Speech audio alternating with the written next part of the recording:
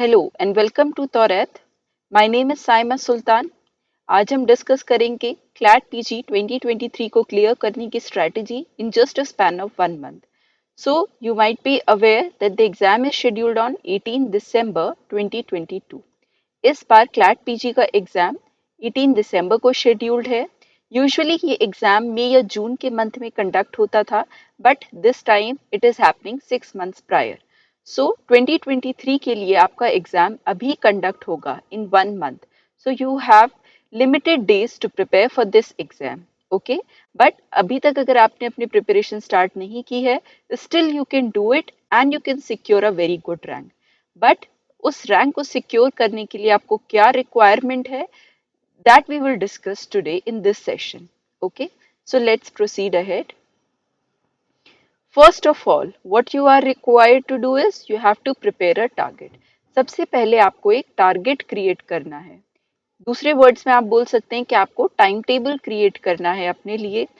आपको हर सब्जेक्ट को डिवाइड करना है अकॉर्डिंग टू द डेज। जितने डेज आपके पास हैं इस एग्जाम को क्लियर करने के लिए, उसके अकॉर्डिंग आपको सिलेबस को डिवाइड करना है कि हाउ यू विल कवर।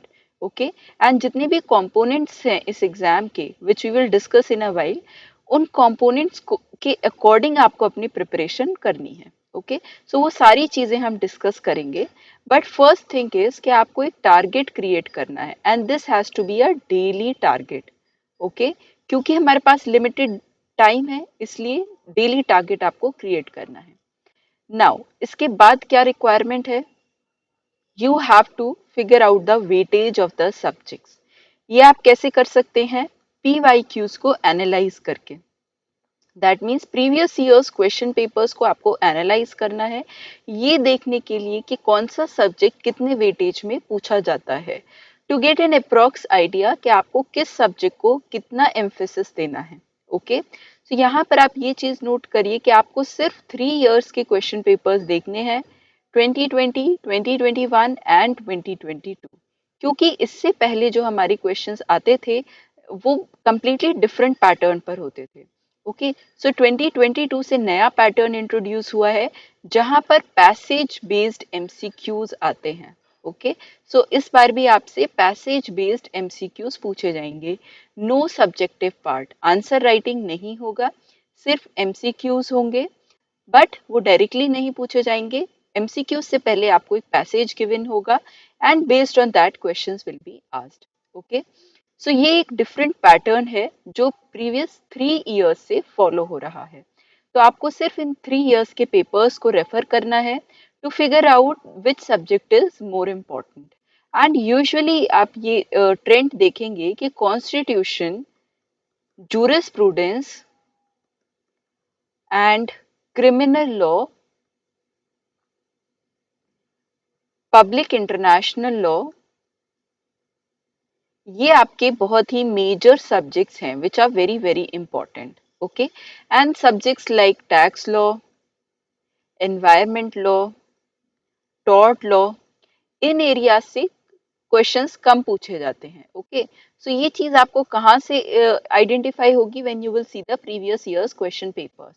सो आपको क्या करना है, ऑल्दो आपको सारे सब्जेक्ट्स को प्रिपेयर करना है, बट अगर कोई सब्जेक्ट ज्यादा वेटेज में पूछा जाता है तो उसको आपको ज्यादा एम्फेसिस के साथ प्रिपेयर करना है। आप उसे किसी भी सिचुएशन में लीव नहीं कर सकते। Okay, so this is the benefit of identifying the weightage.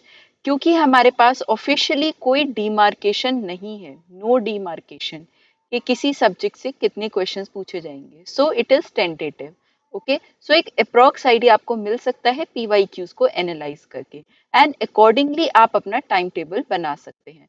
Suppose करिए कॉन्स्टिट्यूशन से सबसे ज्यादा क्वेश्चंस पूछे जाते हैं, सो मे बी आप 3 डेज कॉन्स्टिट्यूशन को डिवोट कर सकते हैं। मे बी टॉर्ट से अगर बहुत कम क्वेश्चन पूछे जाते हैं तो आप 1 डे टॉर्ट के लिए डिवोट कर सकते हैं। इस तरह से आपको अपने 30 डेज को डिवाइड करना है for each and every subject given in the syllabus. जो भी सब्जेक्ट्स आपके सिलेबस में गिवन है, आपको उन सबको कंसिडर करते हुए अपना टाइम टेबल प्रिपेयर करना है। Now what is the next thing, cover each and every subject. ठीक है, आपको जो भी सब्जेक्ट्स गिवन है सिलेबस में, उनमें से कोई भी सब्जेक्ट को लीव नहीं करना। ओके, ऑल सब्जेक्ट्स आपको कवर करने हैं। यहाँ पर वेटेज वेरी करता है डेफिनेटली एग्जाम में, बट एज अ स्टूडेंट अगर आप अच्छी रैंक सिक्योर करना चाहते हैं तो आप रिस्क नहीं ले सकते, आपको सभी सब्जेक्ट्स को प्रिपेयर करना है। ओके, एंड क्या क्या पॉइंट्स आपको प्रिपेयर करने हैं that we will discuss in a while. Okay, now the next thing is, एक बार जब आपने अपनी प्रिपरेशन कर ली, आपने कंटेंट रीड कर लिया and you think you have got conceptual clarity, उसके बाद जो नेक्स्ट रिक्वायरमेंट है दैट इज मॉक टेस्ट। जब तक आप टेस्ट में अपीयर नहीं होंगे, आपको नहीं पता चलेगा कि जो सब्जेक्ट आपने प्रिपेयर किया है how much of that is actually done, right. तो आप कितना उसमें से रिटेन कर पा रहे हैं ये आइडेंटिफाई करने के लिए मॉक टेस्ट देना नेसेसरी है। Okay, and this has to be on a regular basis. Because आपके पास लिमिटेड टाइम है तो आपको मॉक टेस्ट भी साथ में देने चाहिए। Okay, if you want to secure a very good rank, by good rank I mean under 100। Okay, this is also possible. आप ये सोच के चलिए कि आप इस रैंक को भी इजीली सिक्योर कर सकते हैं अगर आप एक प्रॉपर स्ट्रैटेजी फॉलो करें with discipline and you implement that time table. Okay, now what is the next thing?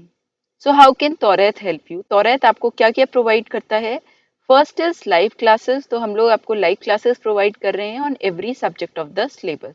सो ये लाइव क्लासेस यूट्यूब पर कंडक्ट हो रही हैं which are free of cost. तो कोई भी एस्पिरेंट जो इस एग्जाम को क्लियर करने में इंटरेस्टेड है वो इन लाइव क्लासेस को फॉलो कर सकता है, and these are held on a daily basis for 5 days in a week. Okay, so Monday to Friday these classes are conducted. Okay, next thing is mock test and notes. तो we are also providing mock test and notes to the students. mock test जो है आपके वो latest pattern पर ही based होंगे। okay, that means passage based questions, उसी format में आपको online mock test provide होंगे। okay, and notes भी आपका latest developments include करेंगे। okay, including latest developments, because यही एग्जाम की रिक्वायरमेंट है। सो उस रिक्वायरमेंट के अकॉर्डिंग आपको नोट्स भी प्रोवाइड किए जा सकते हैं। अगर आपको इन दोनों रिसोर्सेज के लिए कंसल्ट करना है so you can get in touch with us, you can write in the comment section. Okay, these live classes are free of cost, held or conducted on YouTube। okay, so आपको सिर्फ follow करना है उन classes को, and if you have any doubt you can write in the comment section and we will try to respond. Okay, so this was how we are going to help the students. Now coming back to the CLAT PG 2023 examination pattern. So इस exam का क्या pattern होगा ये भी आपको identify करना बहुत necessary है। The first thing is 120 questions. तो नंबर ऑफ क्वेश्चंस है आपके पास 120, और ये किस टाइप के क्वेश्चंस होंगे? MCQs, no subjective question. ठीक है, 1 मार्क का एक क्वेश्चन होगा और 0.25 मार्क्स की नेगेटिव मार्किंग होगी। बिकॉज नेगेटिव मार्किंग है तो आपको बहुत कॉन्शियसली अपने आंसर्स को मार्क करना है। Okay, by consciously I mean कि आपको प्रॉपर रीडिंग करनी है क्वेश्चन की। प्रॉपर रीडिंग का मतलब कई बार सेंटेंस में नॉट होता है या नॉट नहीं होता, आंसर रिवर्स हो सकता है किसी एक टर्म की वजह से। तो आपको बहुत केयरफुली क्वेश्चन को रीड करना है, पैसेज को भी केयरफुली रीड करना है, because many a time the answer can be hidden in the passage. Okay, so इस तरह से आपको क्वेश्चंस को सॉल्व करना है। देन नेक्स्ट थिंग इज कि जो आप सर्कल्स डार्क करते हैं, ठीक है, ओएमआर शीट पर, वो आपको प्रॉपर डार्क करना है। अगर आपका ये सर्कल बाहर निकल जाता है या ये इनकम्प्लीट डार्क किया गया है, ऐसे आपने किया है, तो भी ये रिजेक्ट हो जाता है and you will suffer a loss of 0.25 marks. Okay, so ये जो चीज़ है आपको ये भी सही से करनी है। और इसको आप कैसे इंश्योर कर सकते हैं कि मिस्टेक ना हो? If you regularly appear in mock test, because ये कॉमन मिस्टेक है कि स्टूडेंट्स को ध्यान नहीं रहता और वो गलत तरीके से सर्कल को डार्कन कर देते हैं। तो अगर आप मॉक टेस्ट में अपीयर होंगे on a regular basis so you can avoid such kind of silly mistakes। okay, so ये था हमारा examination pattern, 120 MCQs for 1 mark each. Okay, अब यहाँ पर दूसरी चीज क्या आती है? Syllabus. What is the syllabus? Okay, syllabus में आपके 13 सब्जेक्ट्स गिवन हैं। ओके, बट यहाँ पर कुछ सब्जेक्ट्स ब्रॉड हेडिंग है, ओके जैसे कॉन्स्टिट्यूशनल लॉ है, दिस यू आर अवेयर कि कॉन्स्टिट्यूशन ऑफ इंडिया 1950 के बारे में बात कर रहे हैं। देन जूरिस्प्रूडेंस में भी जो बेसिक कॉन्सेप्ट्स हैं जो आप लॉ स्कूल में पढ़ते हैं वो सभी आपको पढ़ने की रिक्वायरमेंट है, because this is an exam for LLM entrance. ठीक है, आप ये चीज ध्यान में रखिए, because this is an exam entrance exam for LLM. So जो भी चीजें आपने एलएलबी में पढ़ी हैं वो डेफिनेटली इस एग्जाम के लिए असेंशियल है। एक्सपेक्टेड है कि एक एलएलएम के एस्पिरेंट को वो कॉन्सेप्ट्स आने चाहिए। ओके, एडमिनिस्ट्रेटिव लॉ अगेन जो आपने एलएलबी में पढ़ा था वही कॉन्सेप्ट्स पढ़ने हैं।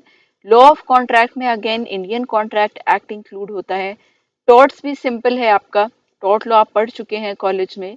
Now here comes family law. तो यहाँ ये चीज आपको ध्यान में रखनी है कि फैमिली लॉ का मतलब ओनली हिंदू लॉ और मुस्लिम लॉ नहीं है, it includes all the components. ठीक है, क्योंकि ब्रॉड टर्म इन्होंने यूज किया है फैमिली लॉ, तो हिंदू लॉ भी आता है इसमें, मुस्लिम लॉ भी आता है, and for that matter any other law वो भी आ सकता है। For example last time they had asked questions related to Indian succession act I think. Okay, so जो सेक्युलर लॉज हैं हमारे उनसे भी रिलेटेड क्वेश्चंस पूछे जा सकते हैं if they are related to family law. Okay, so इसका एम्बिट जो है वो वाइड है। सेम फॉर क्रिमिनल लॉ, यहाँ भी आपसे आईपीसी से भी क्वेश्चन पूछे जा सकते हैं, सीआरपीसी से भी, एविडेंस से भी, and may be from POCSO also. तो उस टाइप के जो क्रिमिनल लॉज हैं उनसे भी आपसे क्वेश्चंस पूछे जा सकते हैं। Okay, again for property law, property law को भी आप दो पार्ट्स में देख सकते हैं, one is intellectual property, other is transfer of property act. इन दोनों एरिया से क्वेश्चंस पूछे जा सकते हैं। Okay, then tax law is also very wide, direct indirect tax, तो वहां भी दोनों एरियाज से क्वेश्चंस पूछ सकते हैं। So in a way what I mean to say is कि यहाँ पर जो सब्जेक्ट्स आपको गिवन है दीज आर ब्रॉड हेडिंग्स, तो अगर इन हेडिंग्स से रिलेटेड कोई और सब्जेक्ट है उससे भी आपसे क्वेश्चन पूछे जा सकते हैं। Okay, so keep that thing clear in your mind कि आपको सिर्फ इन हेडिंग्स पर कन्फाइन नहीं करना है खुद को, ब्रॉडली इस सिलेबस को व्यू करना है। ओके, एंड अकॉर्डिंगली आपको प्रिपेयर करना है। Now what is the next thing, आपसे क्या पूछा जाएगा इस एग्जाम में, what is expected from you. So in this section, okay, but before we discuss this let me tell you where this has been given. So ये consortium of NLU की जो website है, ऑफिशियल वेबसाइट, वहाँ ये information provided है, तो आप उस पर जा सकते हैं वेबसाइट पर and you can view all this information. Okay, official website से we have taken it up. So what will be asked? You will be provided extracts. Extracts का मतलब आपसे passages पूछे जाएंगे, passages आपको given होंगे from primary legal material such as important court decision. तो एक जो हमारा source है जहाँ से questions या passages extract होंगे that is judgments. ठीक है, judgments में से आपसे passages पूछे जा सकते हैं in the field of law, statute और regulation. ठीक है, अब नेक्स्ट थिंग क्या है, each passage will be followed by a series of questions. Okay, अब ये नंबर ऑफ क्वेश्चंस जो हैं हमारे from one passage this can very. ठीक है, बिकॉज 2020 में क्या हुआ था, एक पैसेज से 10 क्वेश्चंस आए थे and after that 6 questions are coming up from one passage. So ये जो डिजिट है ये वेरी कर सकती है। Okay, so what will they ask, what will they expect the students to know?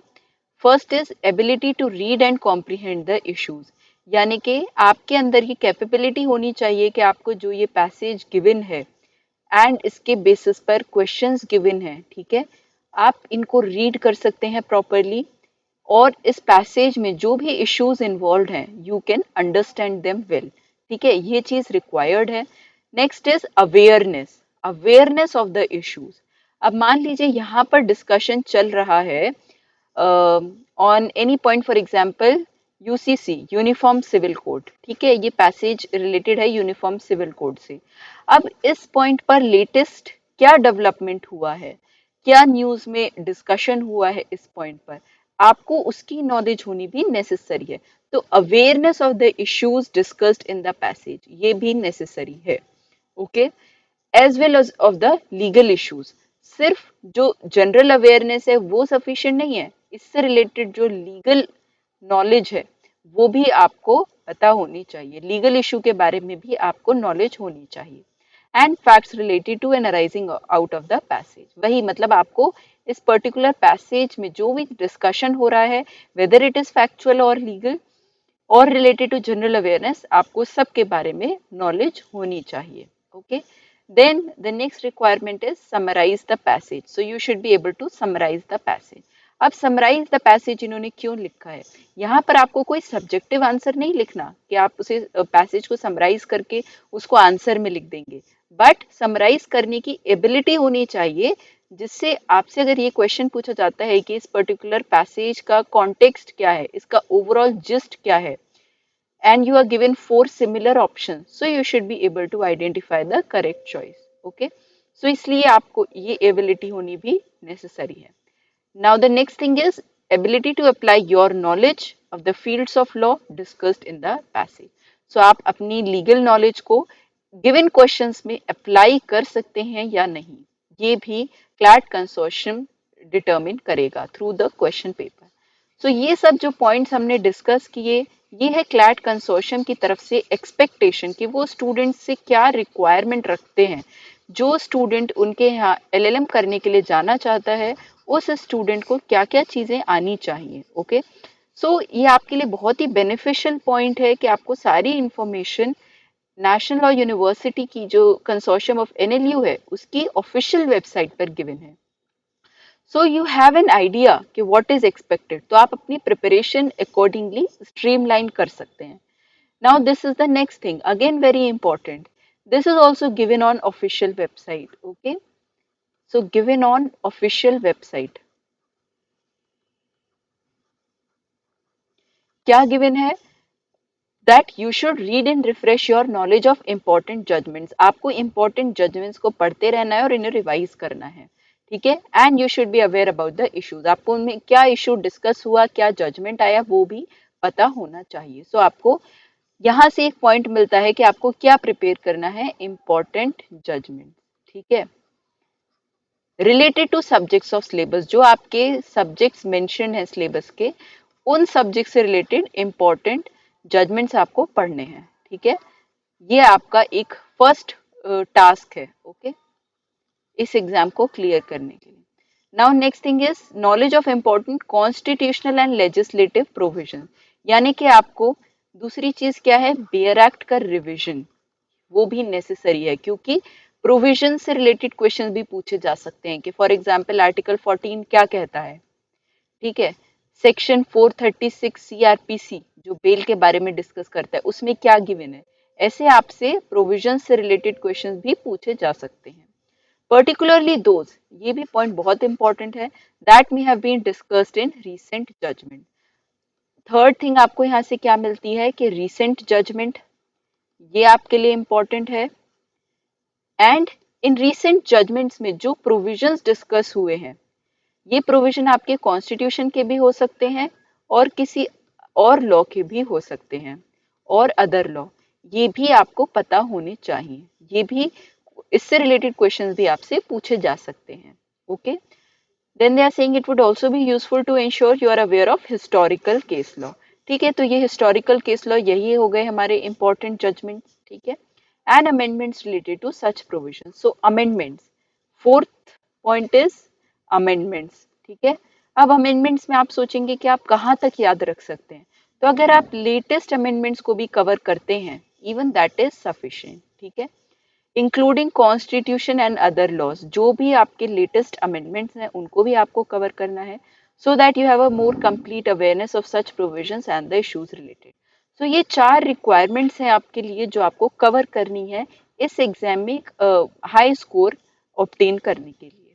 Okay, important judgments मतलब आपका लैंडमार्क केसेस जो है, सेकंड जो है बेयर एक्ट का revision, so that you can remember the provisions, आपको प्रोविजंस की language पता हो, उनके बारे में कॉन्सेप्चुअल क्लैरिटी हो। Then third is recent judgments, ये भी बहुत इंपॉर्टेंट है, और जो प्रोविजंस इन केसेस में डिस्कस हुए हैं those provisions. Then fourth is amendments. Okay, so all these things are required from the students who want to pursue LLM. Okay, now what is the next requirement? कि आप कैसे prepare करें। अभी तक हमने ये देखा कि क्लैट कंसोर्शियम की क्या एक्सपेक्टेशन है। अब हम ये देखते हैं कि आप अपनी प्रिपरेशन कैसे स्टार्ट कर सकते हैं। ओके, सो आपसे किस टाइप के क्वेश्चंस पूछे जा सकते हैं? प्रोविजन बेस्ड क्वेश्चंस, ठीक है। For example, they can write what does article 21 provide, ठीक है, and they can give you 4 very confusing options, 1 2 3 4। ये ऑप्शंस आपके बहुत कंफ्यूजिंग हो सकते हैं, ठीक है। तो ये हुआ आपका कॉन्सेप्चुअल क्वेश्चन। यहाँ पर आपको कॉन्सेप्ट की क्लैरिटी होनी जरूरी है, ठीक है। तो कॉन्सेप्चुअल क्लैरिटी। वहीं दूसरी तरफ क्या हो सकता है, ये क्वेश्चंस आपसे पूछे जा सकते हैं रिलेटेड टू लैंग्वेज, आर्टिकल 21 की लैंग्वेज से रिलेटेड। ओके, सो अगर वो लैंग्वेज से रिलेटेड क्वेश्चन है तो आपको बेयर एक्ट की रीडिंग करनी मस्ट है। वही चीज जो हम पहले डिस्कस कर चुके कि आपको बेयर एक्ट के थ्रू अपने प्रोविजंस पर कमांड करनी है। ओके, एंड आपको साथ ही साथ कॉन्सेप्ट बेस्ड क्वेश्चंस को भी आंसर करने के लिए कंटेंट रीड करना है। ओके, कॉन्सेप्चुअल क्लैरिटी भी होनी चाहिए, बिकॉज इस टाइप के क्वेश्चंस भी आपसे पूछे जा सकते हैं। सो वो कॉन्सेप्चुअल क्लैरिटी आप कहाँ से ऑब्टेन कर सकते हैं? You can attend the classes and read the notes. Okay, so Toret is providing you these conceptual classes and we are also providing the notes. अगर आपका कोई और मीडियम ऑफ स्टडी है, आपके कॉलेज के नोट्स हैं और एनीथिंग एल्स जिससे आपको कंफर्टेबल फील होता है, आप उस सोर्स मटेरियल को रेफर कर सकते हैं and you can improve your conceptual clarity. Okay, so ये भी बहुत इंपॉर्टेंट है। Then third point is case laws. Case laws का जो पार्ट है, ये out of these three I would say this is the most important one. Okay, although आप इन दोनों को भी स्किप नहीं कर सकते, फर्स्ट एंड सेकंड को, बट अभी जब आपके पास लिमिटेड टाइम है, so you can start first with the case laws. Okay, because usually क्या होगा कि जो पैसेजेस होंगे वो केस लॉ बेस्ड हो सकते हैं, as seen in the previous years question papers. तो आपको लैंडमार्क और लेटेस्ट केसेस को कवर करना है, एंड अभी आपके पास इतना टाइम नहीं है कि आप ओरिजिनल जजमेंट्स पढ़ सकें, right? You have very limited time, so you can refer to case briefs. अब केस ब्रीफ्स में आपको सबसे पहले इश्यूज पता होने चाहिए एंड दूसरी चीज ऑब्जर्वेशन। एटलीस्ट ये दो चीजें आपको पता होनी चाहिए। ओके, अगर आप लास्ट मिनट भी प्रिपरेशन स्टार्ट कर रहे हैं तो भी आपको ये दोनों पॉइंट्स तो डेफिनेटली किसी केस लॉ के पता होने चाहिए। इन पॉइंट्स को ध्यान में रख के आप केसेस को रीड करेंगे। Okay, so it's not advisable that now you start reading the original judgments which go on for an number of pages. Okay, so जो केसेस आपके बहुत लंबे लंबे होते हैं उनका आपको ओरिजिनल जजमेंट पढ़ने की रिक्वायरमेंट नहीं है, आप उनकी शॉर्ट समरीज रीड कर सकते हैं। Okay, so these short summaries you can get from Torrent, and if you are comfortable with any other resource you can go to that resource as well. Okay, so this is how you have to start your preparation. Okay, so these were certain tips and tricks which I had to discuss. Now I want to summarize few points. So अभी तक हमने discuss किया कि कैसे आप CLAT PG 2023 को 30 days के अंदर क्लियर कर सकते हैं। ओके, 30 डेज में it is very much possible that you secure a very good rank. Okay, very good rank से आई मीन अगर आपका स्कोर 90 टू 100 तक आ रहा है out of 120, so you can be amongst the toppers. Okay, because previous years के pattern के according जो topper होता है उसका स्कोर समवेयर अराउंड 90 ही होता है, अप्रॉक्स 90। ओके, तो अगर आपका स्कोर इस डिजिट के अराउंड है 90 to 100, so you are very well secured. Okay, इससे आपको ये भी पता चलता है कि आपको ये ट्राई नहीं करना कि 120 क्वेश्चंस को सभी को आपको आंसर मार्क करके आना है, because you have negative marking. तो नेगेटिव मार्किंग की वजह से कुछ क्वेश्चंस ऐसे हो सकते हैं जो आपको बिल्कुल नहीं आते, उन क्वेश्चंस को आपको सॉल्व नहीं करना, because you should not suffer. Okay, so बहुत केयरफुली मार्क करना है अपने आंसर्स को। Then you have to prepare a time table. Time table में आपको सभी सब्जेक्ट को टाइम देना है, don't leave any subject. Okay, this is very important point, क्योंकि क्लैट का जो पैटर्न है वो चेंज होता रहता है। अगर आप सोचेंगे कि लास्ट ईयर कंपनी लॉ से बहुत सारे क्वेश्चंस आए थे और ये बहुत इंपॉर्टेंट सब्जेक्ट है, तो हो सकता है इस बार कंपनी लॉ से बहुत कम क्वेश्चंस आए। सो वो पैटर्न फ्लक्चुएट होता रहता है, there is no certainty, right. So safe side पे रहने के लिए आपको सारे सब्जेक्ट्स प्रिपेयर करने चाहिए, ओके। बट क्योंकि आपके पास लिमिटेड टाइम है प्रिपेयर करने का, सो सबसे ज़्यादा इम्पॉर्टेंट है आपके लिए स्टार्ट करना from the latest developments, okay. यहाँ लेटेस्ट डेवलपमेंट्स में दो चीज़ें आती हैं, एक है आपका जजमेंट। नाउ जजमेंट्स में अगर आप सिर्फ सुप्रीम कोर्ट के केसेस को रेफर करते हैं, so that is also sufficient, क्योंकि प्रीवियस ईयर्स में सिर्फ सुप्रीम कोर्ट के जजमेंट्स पूछे गए हैं। हाई कोर्ट केसेस बहुत रेयरली चांस है कि आपसे एग्जाम में पूछा जा सकता है। Even if it can be asked, that will most likely be a very prominent case. अगर हाई कोर्ट का कोई बहुत इंपॉर्टेंट जजमेंट है, वेरी इंपॉर्टेंट जजमेंट जिसमें कोई न्यू लॉ पॉइंट डिस्कस हुआ है या फिर वो बहुत ज़्यादा न्यूज़ में प्रिवेलेंट रहा है, उस टाइप के हाई कोर्ट केसेस पूछे जा सकते हैं। Otherwise usually supreme court cases से आपको पैसेजेस देखने को मिल सकते हैं, ओके। सो लेटेस्ट डेवलपमेंट्स आपको कवर करने हैं, एटलीस्ट आई वुड से लास्ट 2 years, ओके। इतना तो आपको करना ही है, 2021 2022 ये तो मिनिमम है। But ideally you should do from 2018 onwards. 2018 से जो केस ब्रीफ्स हैं, आपको बहुत सारे रिसोर्सेस पर ये मिल जाएगा कि पूरे एक ईयर का जो क्रक्स है सुप्रीम कोर्ट के केसेस का, अगर आप उसको भी गो थ्रू करते हैं that is sufficient, okay. But ये 2 years की तो एटलीस्ट आपको करना ही चाहिए, okay. Then fourth is in latest developments only it is amendments, ठीक है। लेटेस्ट अमेंडमेंट्स ये भी आपको करनी चाहिए प्रिपेयर, क्योंकि इससे रिलेटेड भी क्वेश्चंस पूछे जा सकते हैं। यहाँ लेटेस्ट अमेंडमेंट्स में कोई बिल भी आ सकता है, कोई कंट्रोवर्शियल बिल या कंट्रोवर्शियल टॉपिक, या कोई इनैक्टमेंट जिसमें एक्चुअली चेंजेस हो चुके हैं वो भी आपसे पूछा जा सकता है। सो ओवरऑल जो हमारा मेन पॉइंट है इस डिस्कशन का, दैट इज कि आपसे लेटेस्ट डेवलपमेंट्स पर क्वेश्चंस मेनली पूछे जा सकते हैं। सो लेटेस्ट चीज़ें जो हैं आपकी वो बहुत बहुत इम्पॉर्टेंट है। लेटेस्ट के साथ में अगर आप कॉन्सेप्चुअल क्लैरिटी को ऐड कर देते हैं, conceptual clarity, then I would say you are very good to go for this exam. आप बहुत इजीली इस स्कोर को टच कर सकते हैं, ओके। एंड अगर आप ये चीज़ें सारे सब्जेक्ट्स के रिगार्डिंग कर रहे हैं, ओके, सो आई वुड से इट्स नॉट लेट येट। अभी भी आप अपनी प्रिपरेशन स्टार्ट कर सकते हैं, अभी भी आपके पास 30 days हैं and there are around 15 subjects, तो आप मान सकते हैं कि approximately 2 days for each subject you have. तो 2 days में आप जो इम्पोर्टेंट एरियाज हैं उस सब्जेक्ट के उनको रिवाइज कर सकते हैं। And then the key point is the most important point जो आपको बहुत हेल्प करेगा इस एग्जाम में अच्छी रैंक लाने के लिए, that I will tell you in a while, okay. The crux of this discussion जिसके थ्रू बहुत सारे स्टूडेंट्स क्लैट पीजी या इसी तरह के जो डिफरेंट एग्जाम्स हैं उन्हें क्लियर कर पाए हैं even with very less preparation, okay. तो आई हैव टोल्ड यू कि आपको क्या क्या पढ़ना है, कैसे पढ़ना है, all these things you are aware now, right. The main point is making notes, short notes, okay. इसको आप बुलेट नोट्स भी कह सकते हैं। जैसे जैसे आप अपनी प्रिपरेशन करते जाएं वैसे वैसे आप शॉर्ट नोट्स बनाते जाएं। शॉर्ट नोट्स का मतलब है कि हेडिंग्स आप लिखते रहें, ओके, और उसके जो की इंग्रेडिएंट्स हैं, सो दैट लास्ट 2-3 days में आपके पास सिर्फ कुछ बंडल ऑफ पेजेस होंगे जिन्हें आपको रिवाइज करना होगा। You will not be required to refer to so many books, okay. So ये आप बहुत ही शॉर्ट नोट्स अपने बनाते रहें प्रिपरेशन के साथ साथ।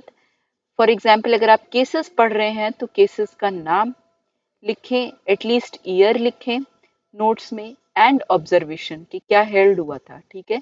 तो ये 2-3 लाइन्स में आपका एक केस कवर हो गया, ठीक है। इस टाइप से आपको जो भी आप पढ़ रहे हैं, जो चीज़ें बहुत इंपॉर्टेंट आपको लगती हैं एग्जाम में पूछी जा सकती हैं, उनके नोट्स बनाएं, okay. This is my own suggestion, okay. So that was all guys for today's discussion, I hope you liked it. अगर आपको ये वीडियो पसंद आई, ये डिस्कशन फ्रूटफुल लगा, so you can subscribe to our channel and we will meet again in the next class. अगर कोई भी doubt है आपको, so you can ask in the comment section, okay. We will be very happy to interact with you, okay. Bye guys, take care.